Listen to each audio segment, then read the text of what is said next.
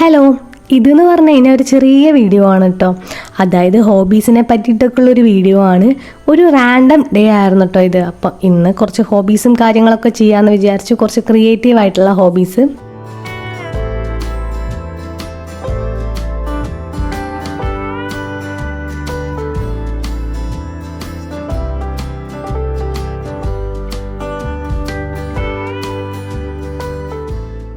ഇതെനിക്ക് വരയ്ക്കാനൊക്കെ ഇഷ്ടമുള്ളതുകൊണ്ട് ഒരാൾ ഗിഫ്റ്റായിട്ട് തന്ന ഒരു കളറിങ് ബുക്കാണ് കേട്ടോ. അപ്പം ഭയങ്കര റിലാക്സിങ് ആയിട്ടുള്ള ഒരു ഹോബിയാണ് കളറിങ് എന്ന് പറഞ്ഞു കഴിഞ്ഞാൽ. നമുക്ക് പ്രത്യേകിച്ച് അങ്ങനെ വരയ്ക്കാനൊന്നും കഴിവ് വേണമെന്നില്ല. ജസ്റ്റ് കളറൊക്കെ യൂസ് ചെയ്തിട്ട് അത് ഫില്ല് ചെയ്ത് കൊടുത്താൽ മാത്രം മതി. അപ്പോൾ ഇതിൽ ഇഷ്ടംപോലെ അങ്ങനത്തെ ഡിസൈൻസും കാര്യങ്ങളൊക്കെ ഉണ്ട് കേട്ടോ. ഞാനിതുപോലത്തെ ഒരു യൂഷ്വൽ സ്കെച്ച് പെന്നാണ് യൂസ് ചെയ്യുന്നത് കളർ ചെയ്യാൻ വേണ്ടിയിട്ട്. അതിൻ്റെ ഒപ്പം എൻ്റെ കയ്യിലുള്ള കുറച്ച് ഹൈലൈറ്റേഴ്സും യൂസ് ചെയ്യുന്നുണ്ട്.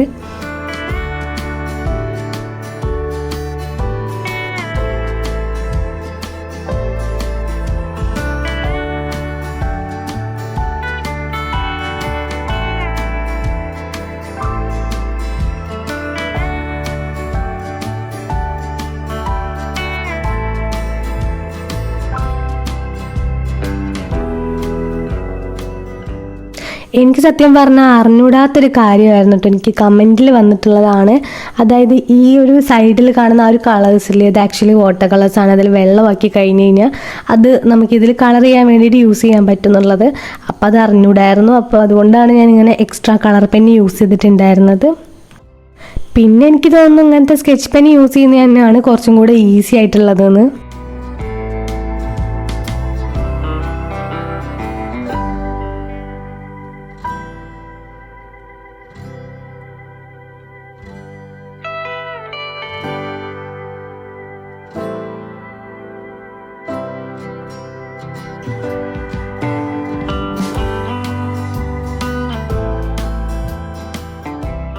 പിന്നെ ഇതൊരു ഫൺ ആൻഡ് സിമ്പിൾ ആയിട്ടുള്ള വീഡിയോ ആണ് കേട്ടോ. This is mean to be a serious video. പിന്നെ എന്താ പറയുക, ഞാൻ ഭയങ്കര ബോർ അടിച്ചിരുന്നപ്പോൾ ഇങ്ങനെ കുറച്ച് ഹോബീസും കാര്യങ്ങളൊക്കെ ചെയ്യാമെന്ന് വിചാരിച്ചു. അതിൻ്റെ ഒപ്പം ഷൂട്ട് ചെയ്യാമെന്ന് വിചാരിച്ചിട്ടോ.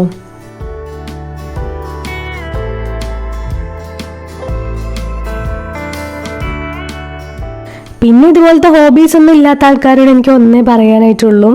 ഇപ്പം നിങ്ങൾ ഏതൊരു സാഹചര്യത്തിലാണോ, എത്ര വയസ്സാണോ എന്നുള്ളതിനെക്കാട്ടിലൊക്കെ ഉപരി നമുക്ക് വേണ്ടി മാറ്റി വെക്കുന്ന ഒരു സമയത്തിൽ ഉൾപ്പെടുന്നതാണ് ഇങ്ങനത്തെ ഹോബീസ് എന്നൊക്കെ പറഞ്ഞു കഴിഞ്ഞാൽ. അപ്പം അതൊരിക്കലും അത് മിസ്സാക്കാതിരിക്കുക. പിന്നെ ഏതൊരു കാര്യം നമുക്ക് ഹോബിയായിട്ട് എടുക്കാവുന്നതാണ്. ഇതുപോലെ തന്നെ ആവണമെന്നില്ല. എനിക്ക് ഈ ഒരു ഫീൽഡിൽ ഇഷ്ടമുള്ളതുകൊണ്ട് ഞാൻ ഇങ്ങനത്തെ കാര്യങ്ങളൊക്കെ ചെയ്യുന്നു. എൻ്റെ വയസ്സ് എത്രയാണെങ്കിലും ഇതൊക്കെ ചെയ്യാൻ ഞാൻ ഇഷ്ടപ്പെടുന്ന കാര്യങ്ങളാണ്.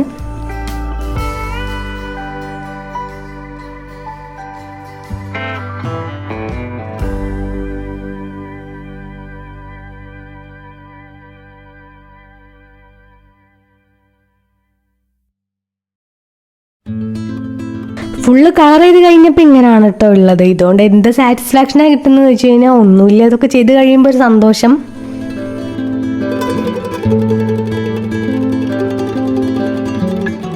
അടുത്ത ഹോബി എന്ന് പറഞ്ഞു കഴിഞ്ഞാൽ ഡൂഡ്ലിംഗ് ആണ്. അപ്പം അതിന് വേണ്ടിയിട്ട് ഇതുപോലത്തെ ചെറിയൊരു ഡ്രോയിങ് ബുക്ക് ഞാൻ എടുത്തിട്ടുണ്ട്. പിന്നെ ഇതുപോലത്തെ ഒരു ബ്ലാക്ക് മാർക്കറുമാണ് എടുത്തിട്ടുള്ളത്. ഇത് ഞാൻ കുറേ മുന്നേ ഒന്ന് ഡൂഡിൽ ചെയ്ത് വെച്ചിട്ടുണ്ടായിരുന്ന ഒരു സാധനമായിരുന്നു കേട്ടോ, യൂട്യൂബിന് വേണ്ടിയിട്ട്. പിന്നെ അത് ഷൂട്ട് ചെയ്യാനോ കാര്യങ്ങളൊന്നും എനിക്ക് പറ്റിയിട്ടുണ്ടായിരുന്നില്ല. അപ്പം ഇന്ന് പുതിയൊരു ഡൂഡ്ലിംഗ് ആണ് ചെയ്യുന്നത്, കുറച്ചും കൂടെ സിമ്പിളായിട്ടുള്ള.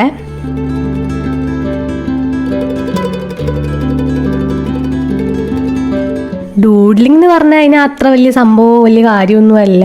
വരയ്ക്കാൻ അറിയേണ്ട ആവശ്യമൊന്നുമില്ല. ജസ്റ്റ് നമ്മൾ എന്ത് മൂഡിലാണോ ഇരിക്കുന്നത് ആ ഒരു മൂഡിനെ സംബന്ധിച്ചുള്ള കാര്യങ്ങൾ, റാൻഡം ആയിട്ടുള്ള കാര്യങ്ങളൊക്കെ ഇങ്ങനെ വരച്ചിടുക. നമുക്കറിയുന്ന രീതിയിൽ വരച്ചിടുക. അത് പെർഫെക്റ്റ് ആവണമെന്ന് ഒരു നിർബന്ധമില്ല. പെർഫെക്റ്റ് അല്ലാത്തൊരു കാര്യമാണ് ഈ ഡൂഡ്ലിംഗ് എന്ന് പറഞ്ഞു കഴിഞ്ഞാൽ. ഞാൻ സ്കൂളിൽ പഠിക്കുമ്പോൾ നന്നായിട്ട് ഡൂഡ്ലിംഗ് ഒക്കെ ചെയ്യലുണ്ടായിരുന്നു കേട്ടോ. അതായത് ക്ലാസ് എടുക്കുന്ന സമയത്ത് ബാക്ക് ബെഞ്ചിൽ ഇരുന്നിട്ട് ബോറടിക്കുമ്പോൾ ബുക്കിൻ്റെ ഏറ്റവും ബാക്ക് പേജിൽ റാൻഡം ആയിട്ടുള്ള കാര്യങ്ങൾ ഇങ്ങനെ വരയ്ക്കുകയാണ്. അപ്പോൾ അത് ഫണ്ണായിട്ടുള്ളൊരു കാര്യം തന്നെയാണ് കേട്ടോ, ബോറടി മാറ്റാൻ വേണ്ടിയിട്ട്. പിന്നെ അത് മാത്രമല്ല, ഇപ്പം അതൊക്കെ അന്നത്തെ സ്കൂൾ കാലഘട്ടത്തിൽ നോക്കുമ്പോൾ ഭയങ്കര ക്രിഞ്ചായി തോന്നുമെങ്കിലും ഒരു ഫണ്ണായിട്ടുള്ള കാര്യം തന്നെയായിരുന്നു കേട്ടോ.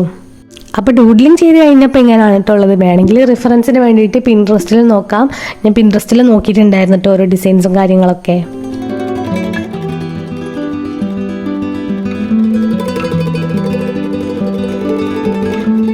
അടുത്ത ഹോബി എന്ന് പറഞ്ഞു കഴിഞ്ഞാൽ എംബ്രോയിഡറി ഡിസൈനിങ് ആണ് കേട്ടോ. ഇത് കുറച്ച് ഡെഡിക്കേറ്റഡ് ആയിട്ടുള്ള അല്ലെങ്കിൽ കുറച്ച് പണിയുള്ള ഒരു ഹോബി തന്നെയാണ്. പക്ഷേ നമുക്കിതിൽ ഇൻട്രസ്റ്റ് ഉണ്ടെങ്കിൽ ചെയ്യാൻ പറ്റുന്നതേ ഉള്ളൂ കേട്ടോ. അപ്പോൾ ആ ഒരു ഹൂപ്പിൻ്റെ മുകളിൽ ഞാൻ കുറേ മുന്നേ ചെയ്ത് വെച്ചിട്ടുണ്ടായിരുന്ന ഡിസൈൻ ഉണ്ടായിരുന്നു കേട്ടോ. അപ്പോൾ അത് മാറ്റിയിട്ട് പുതിയൊരു ഫാബ്രിക്കിൻ്റെ പീസ് വെക്കുകയാണ്.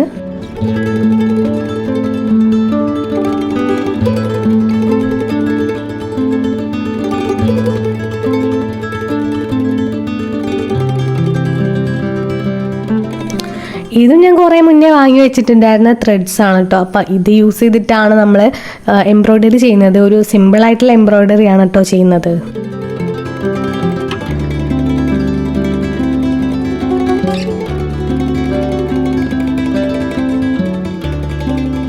എംബ്രോയ്ഡറി ചെയ്ത് തുടങ്ങുന്നതിന് മുന്നേ ഒരു ധാരണ കിട്ടാൻ വേണ്ടിയിട്ട് ചെറുതായിട്ടൊന്ന് വരച്ചു കൊടുക്കുകയാണ്. ഒരു സിമ്പിളായിട്ടുള്ള റോസിൻ്റെ ഡിസൈനാണ് കേട്ടോ ഞാൻ മനസ്സിൽ വിചാരിച്ചിട്ടുണ്ടായിരുന്നത്. ആദ്യമുള്ളതുപോലെ തന്നെ എനിക്ക് ഇപ്പം അത്ര അറിയത്തുള്ളൂ സത്യം പറഞ്ഞു കഴിഞ്ഞാൽ. ഒരുപാട് വലിയ വലിയ ഡിസൈൻസ് ഒന്നും ഞാൻ അങ്ങനെ ഇതുവരെ ട്രൈ ചെയ്ത് നോക്കിയിട്ടില്ല. പിന്നെ ഇത് ചെയ്യുമ്പം നല്ല രസമാണ്, അതുകൊണ്ട് ചെയ്യുന്നതെന്ന് മാത്രമേ ഉള്ളൂ. അപ്പോൾ ഇതിന് വേണ്ടിയിട്ട് ഇതുപോലൊരു നീഡിലും വേണം കേട്ടോ. ഇതിൻ്റെ ട്യൂട്ടോറിയലൊക്കെ ഇഷ്ടംപോലെ പിൻട്രസ്റ്റിലും യൂട്യൂബിലൊക്കെ അവൈലബിൾ ആണ് കേട്ടോ. ഞാൻ ഇങ്ങനത്തെ കാര്യങ്ങളൊക്കെ പഠിച്ചിട്ടുള്ളത് അവിടെ നിന്നൊക്കെ നോക്കിയിട്ട് തന്നെയാണ്. പിൻട്രസ്റ്റ് ആണ് എൻ്റെ മെയിൻ ഒരു എന്താ പറയുക സോഴ്സ് ഓഫ് ട്യൂട്ടോറിയൽ എന്ന് വേണമെങ്കിൽ ഞാൻ പറയാം. കാരണം ഇഷ്ടംപോലെ കാര്യങ്ങൾ നമുക്ക് പിൻട്രസ്റ്റിൽ നിന്ന് പഠിക്കാൻ വേണ്ടി പറ്റും. പിന്നെ ഇത് കുറച്ച് മെനക്കെട്ടൊരു കാര്യം തന്നെയാണ്, അത് സത്യമാണ്. കാരണം ഒരു ഫ്ലവർ തന്നെ ചെയ്യാൻ വേണ്ടിയിട്ട് നമുക്ക് കുറച്ച് ടൈം എടുക്കും. അതുകൊണ്ട് നിർത്തിയാണ് ഞാൻ ചെയ്യാറുള്ളത്. ഒറ്റയിരിപ്പിനങ്ങ് ഇരുന്ന് ചെയ്യലൊന്നുമില്ല.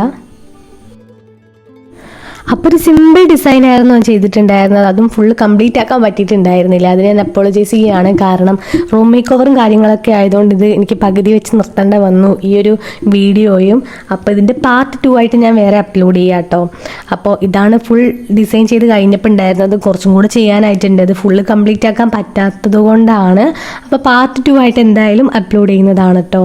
അപ്പോൾ thank you so much for watching.